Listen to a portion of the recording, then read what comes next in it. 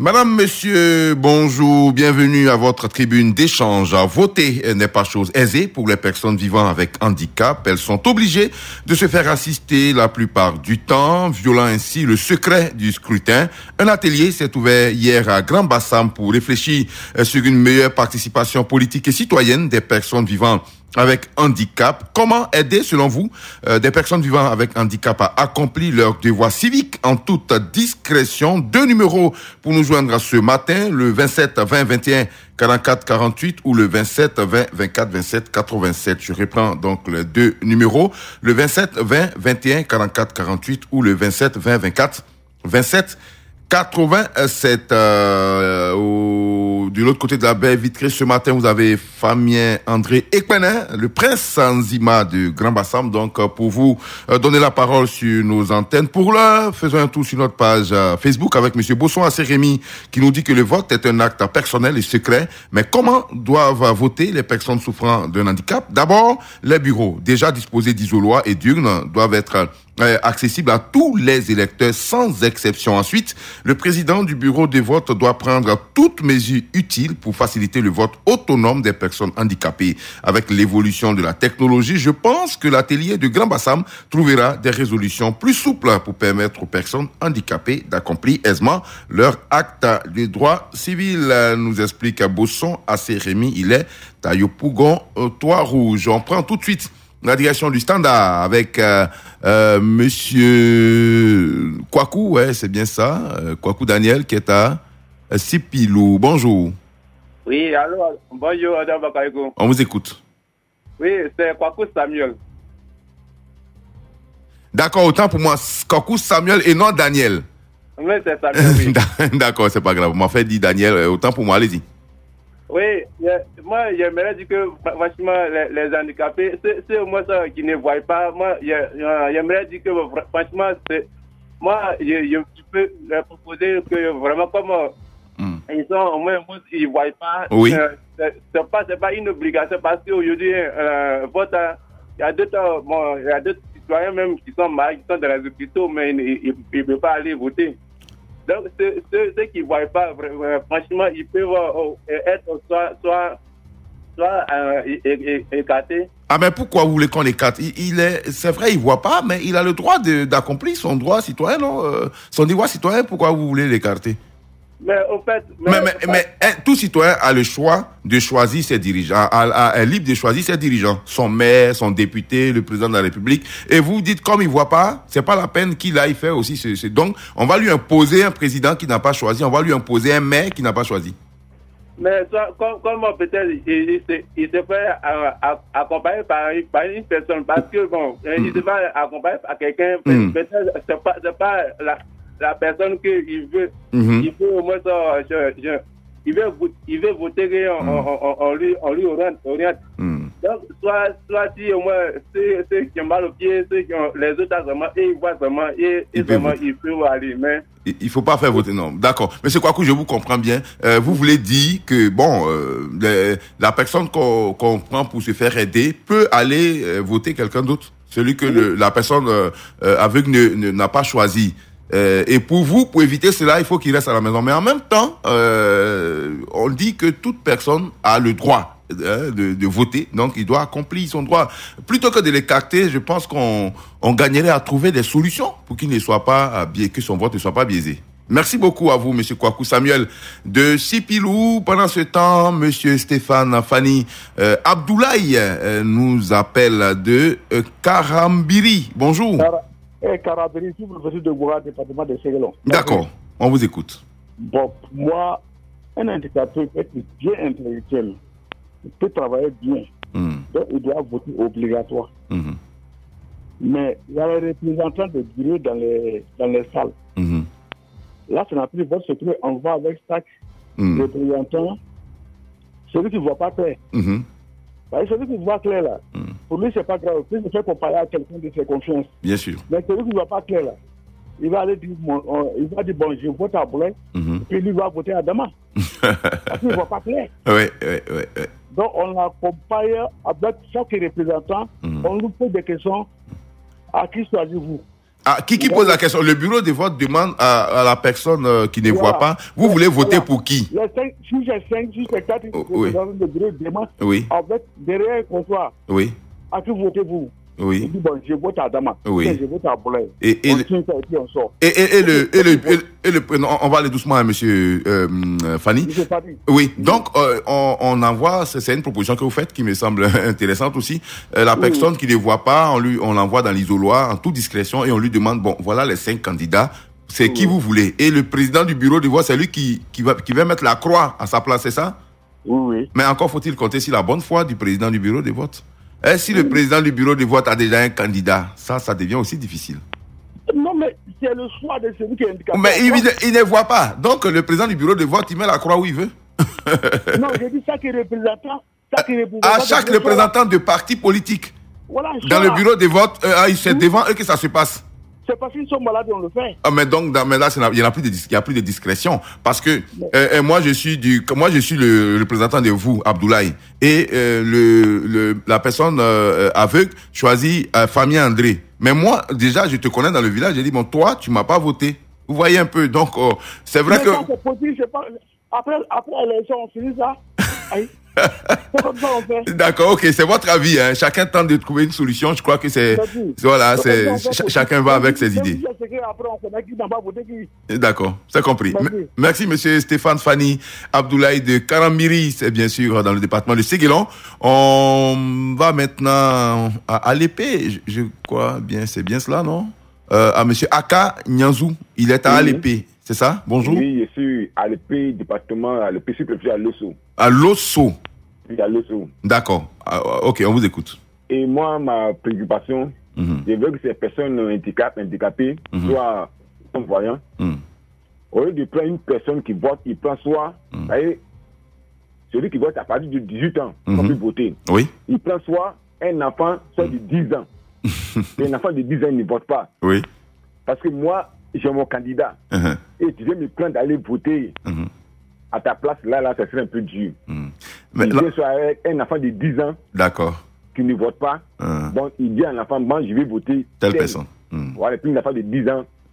Ça, au moins, ça peut aller. Mais l'enfant de 10 ans, ses parents peuvent avoir un candidat, non? C'est-à-dire que lui ne vote pas. Mais à la maison, ses parents peuvent dire, ah, nous, voilà le candidat qu'on veut. Donc, l'enfant de 10 ans, là, s'il veut être malhonnête aussi, il peut le faire. Il vit avec lui-même son enfant. Ah, ok.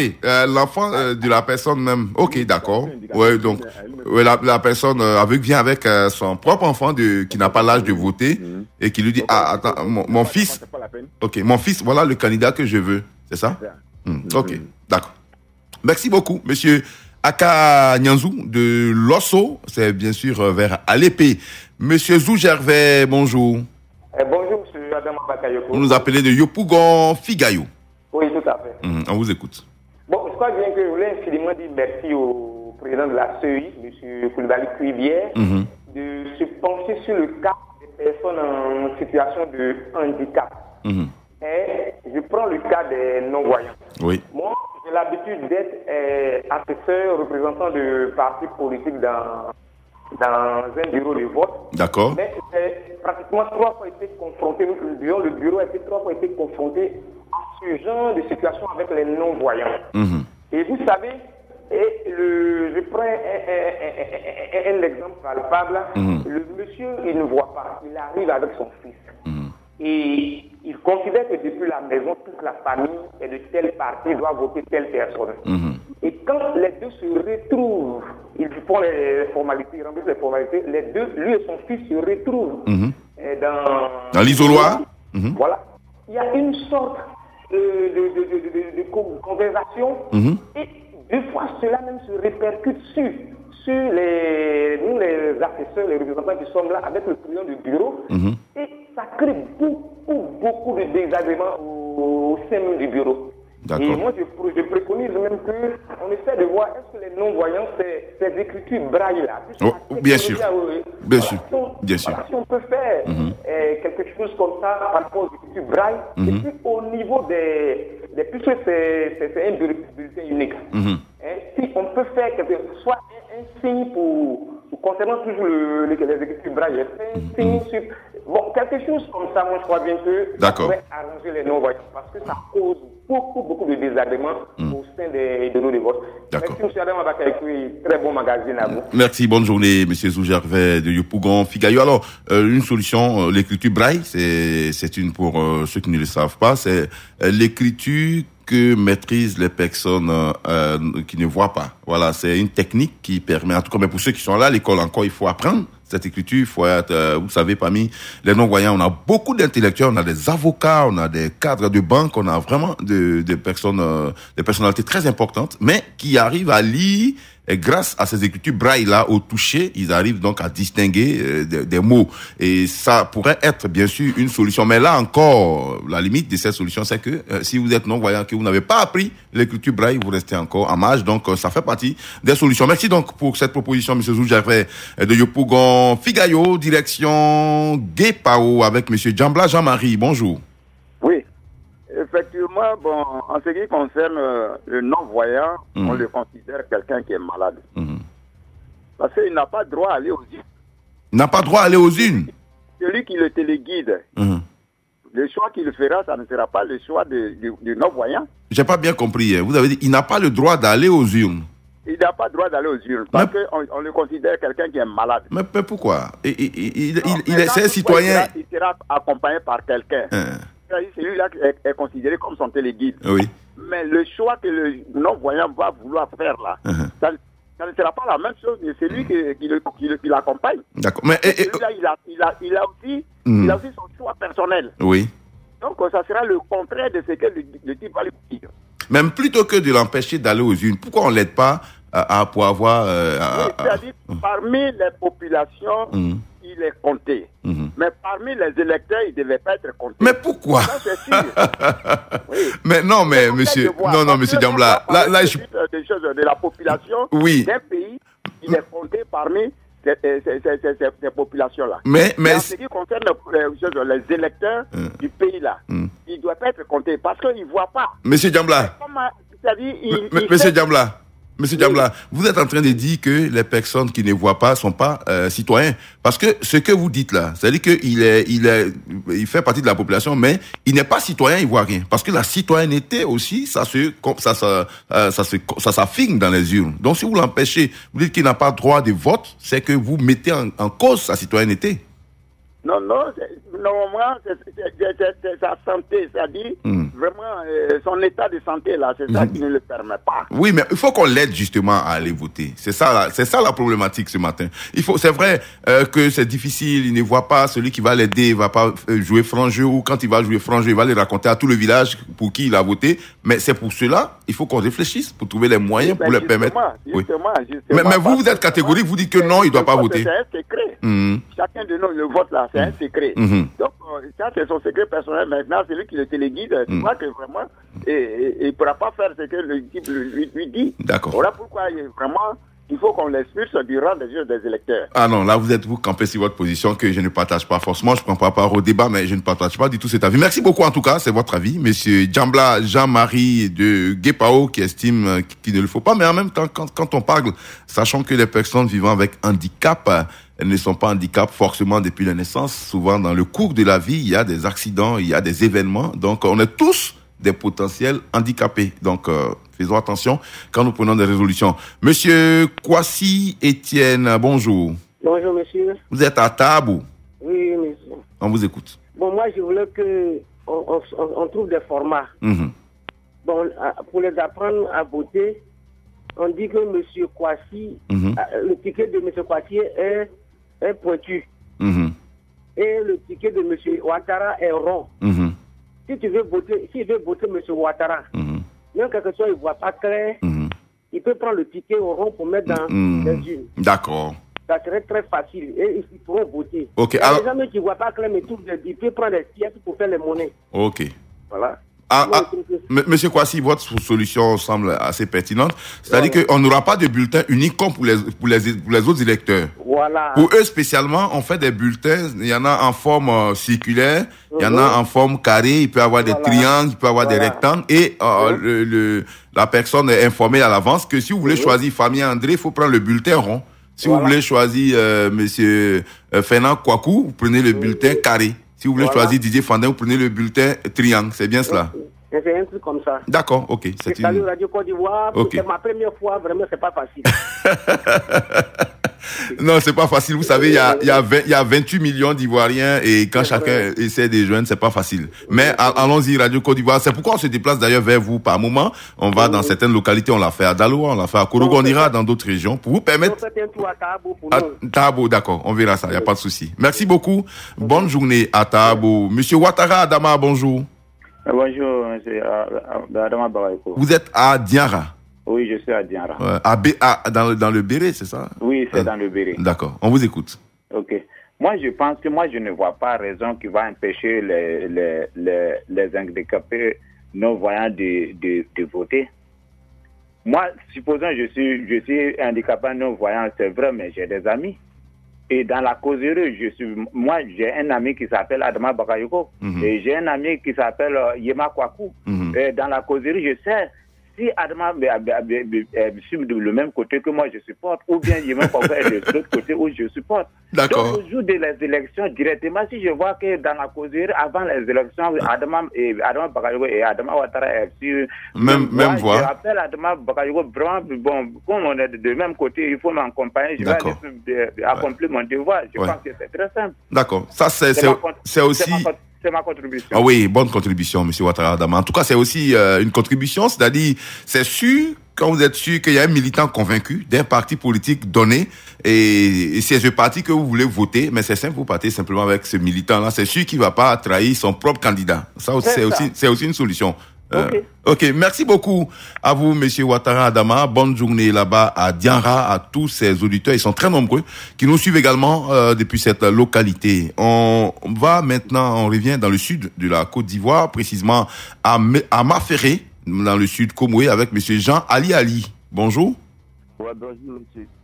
Elié, hein, monsieur Jean Elié. Oui. D'accord, on vous écoute. Bon, moi, je suis particulièrement un non-voyant. Ah, vous êtes non-voyant? Oui. Bon, parti pour la campagne-là, je vais à celui qui est dans le même sens que moi. Donc, c'est avec lui que je m'avais et tranquillement je vote. Lui aussi vote et puis ça vient.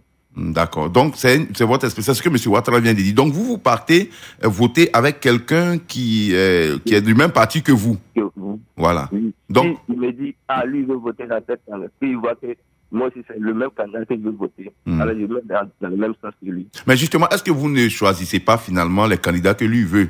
Parce qu'il y a ça aussi. C'est-à-dire, le jour où lui veut un candidat A, que vous voulez un candidat B, vous êtes obligé de choisir le candidat A parce que vous savez qu'il va jamais faire un vote sincère pour vous si vous choisissez quelqu'un d'autre. Il y a ça aussi, monsieur Elié. Bon, parmi mes frères ici, bon, chacun a son candidat. Ah bon? Donc, oui. Donc, si je vois que moi, il veut voter tel candidat que lui, il n'est pas, donc, que l'autre est, je me mets avec lui. Ah, d'accord. Ok. C'est bien compris. C'est-à-dire que le jour où vous voulez voter un candidat dans votre famille, il y a tous les partis politiques. Maintenant, vous regardez, vous écoutez les gens. Quand famille André dit, par exemple, moi, je veux voter parti A. Le jour où vous partez voter, vous partez avec famille André. Mais le jour, c'est le parti B où vous voulez voter, vous partez avec Fernand Kouakou. Oui. D'accord. C'est bien noté. Merci beaucoup, monsieur Jean Elié, qui, on le rappelle. Oui. Comment? Je suis un non-voyant. Oui, vous êtes non-voyant. En tout cas, vous avez toute notre sympathie, tous nos encouragements. Et puis, ce n'est pas une fatalité. On peut vivre avec cela. Tout dépend de l'adaptation. Et puis, vous faites bien de nous donner votre méthode de vote. Merci beaucoup. Voilà. Bonne journée à Maferré et à toutes ces vaillantes populations également de Maferré. Monsieur Kofi Marcelin est à Thiéplé. C'est pas très loin des Boaké. Bonjour. Bonjour, monsieur Adama Bravo. On vous écoute. Voilà. Bon, tous les bureaux de vote, je crois qu'il y a des représentants de partis. Et avec des représentants de partis politiques, j'aimerais que, bon, moi-même qui suis non-voyant, je vais avec quelqu'un, et puis on s'éloigne un peu avec les trois représentants de partis. Oui. Lui-même, voilà, il va dire que oui, moi, je suis non-voyant, voici mon candidat que je vais voter devant les trois représentants du parti. Avec mon compagnon. Donc, je crois que là, personne ne va pas tricher là. Oui, mais en même temps, où mettez le secret du vote? Parce que il y a 3 partis. Le non-voyant vient et choisit un parti. Les 2 autres qui n'ont pas choisi là. Mais il y a un problème parce qu'ils sont dans le même village. Après, on dit, lui là, on peut pas compter sur lui parce qu'il nous a pas voté. Parce que le vote est secret. Quand vous allez voter là, vous ne dites jamais pour qui vous avez voté. Mais après, quand on décompte, on sait que c'est tel candidat qui a gagné. Mais pourquoi, quand le faisant là, vous exposez le votant, le non-voyant, déjà tout le monde sait pour qui il a voté. Et ça, c'est le secret du vote en fait. C'est le vote perd son caractère, secret. Oui, parce que ce que je dis là, on voit beaucoup. Quand on envoie les gens comme ça, arriver là, quand il est non-voyant, et puis il change le candidat et puis il vote quelqu'un d'autre. Oui, je sais. Je sais. Mais ce que vous dites là, je suis d'accord avec vous, monsieur Kofi. C'est une méthode que vous avez proposée. Mais je donne les limites de cette méthode-là. Parce que les autres représentants des candidats, je prends parti A, parti B, parti C, parti D, et il vient et dit, moi, c'est parti B. Et les 3 autres là vont le regarder comment? Dans le village. Le jour où il a un problème, on veut leur dire, non, lui là, il n'a jamais voté pour nous. Il y a tout ça. Parce que vous, quand vous partez voter là, vous votez, est-ce que vous dites à quelqu'un qui vous avez voté? Non. Ah voilà, mais pourquoi vous voulez que le non-voyant vienne dire aux représentants des autres partis là, non, moi je vais tel parti. C'est là où il y a le problème. Sinon, votre solution pourrait être chose, mais c'est un peu le côté secret là qui est en cause en fait. D'accord. Okay. Sinon, c'est mon. Non, c'est votre point de vue. Je suis d'accord. C'est votre point de vue, mais en même temps, on discute. Oui. Merci à vous. Merci, bonne journée. Je salue le technicien à la radio Côte d'Ivoire. D'accord. Famille André, c'est lui qui est là ce matin, le petit prince Nzima du Grand Bassam. Merci beaucoup. C'est un ami? C'est Nzima. Apollo. Okay. Voilà, on les appelle Apollo, on les appelle Nzima. Ils sont tous noirs avec des formes très costauds. Voilà, c'est un peu ça. Ok, notre page à Facebook, monsieur Eumatano nous dit que, en toute sincérité, cet atelier est bienvenu. Franchement, le vote des personnes vivant avec un handicap est un vote épineux. C'est un épineux problème pour la discrétion et la crédibilité du scrutin.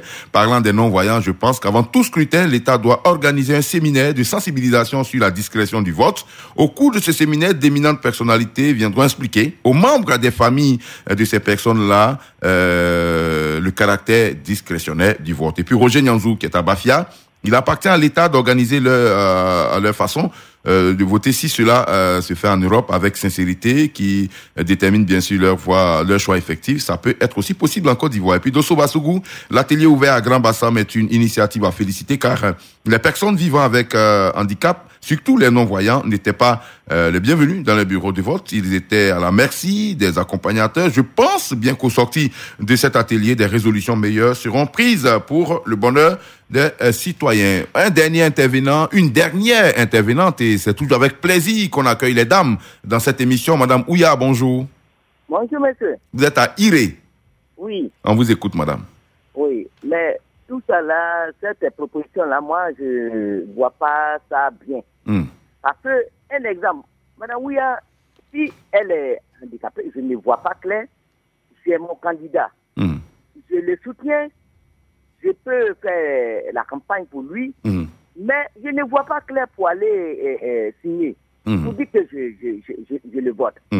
Ça va me faire mal. Mais je ne pourrais pas prendre quelqu'un pour dire qu'il faut signer ici, c'est pour moi. Voilà mon candidat. Parce que je ne sais pas si réellement c'est lui. Oui, bien sûr. C'est lui qui va signer. Donc moi, en tout cas, c'est lui qui ne voit pas clairement. Je crois que il faut en même temps le sensibiliser de rester tranquille. Mais battre la campagne. Qui reste à la maison? Oui. Ah, madame Ouya, vous aussi, vous êtes d'accord pour ça? Oui, moi je veux qu'il batte la campagne pour son candidat, sensibiliser d'autres personnes. Mais lui-même, il ne vote pas. Et aller voter. Ok. Mais lui, je ne vois pas clair. Comment je vais signer? Ok. Merci. C'est votre avis, madame Ouya. C'est votre avis. Oui, merci. On espère que Grand Bassam va nous donner des éléments pour aider les personnes à voter parce que c'est leur droit aussi. Merci beaucoup. Bonne journée à Iré. Merci. Voilà, rapidement, des derniers commentaires. Gaston, là, oui, merci infiniment pour cet atelier. On doit franchement aider nos personnes handicapées par plusieurs manières en fonction des 5 types de handicaps qui existent au monde. Signé Gaston, là, oui, le président des fidèles auditeurs de Radio Côte d'Ivoire, Bertin Tola, effectivement, les personnes vivant avec handicap ont toutes des difficultés pour voter. J'ai été plusieurs fois président du bureau des votes et j'avoue que c'est vraiment compliqué pour eux, pour ces personnes-là, selon le type de handicap. Il faut donc réfléchir et trouver des stratégies pour que celles-ci accomplissent sérénement ce devoir civique et citoyen qui est le vote. Et c'est possible, signé Bertin Toula Brobo. Et c'est ici qu'on s'arrête pour aujourd'hui. Merci beaucoup d'avoir été très nombreux à nous suivre ce matin. Lundi matin, je serai en votre compagnie pour un sujet que vous aurez bien sûr sur notre page Facebook. À lundi. Radio Côte d'Ivoire, Abidjan 88.fm.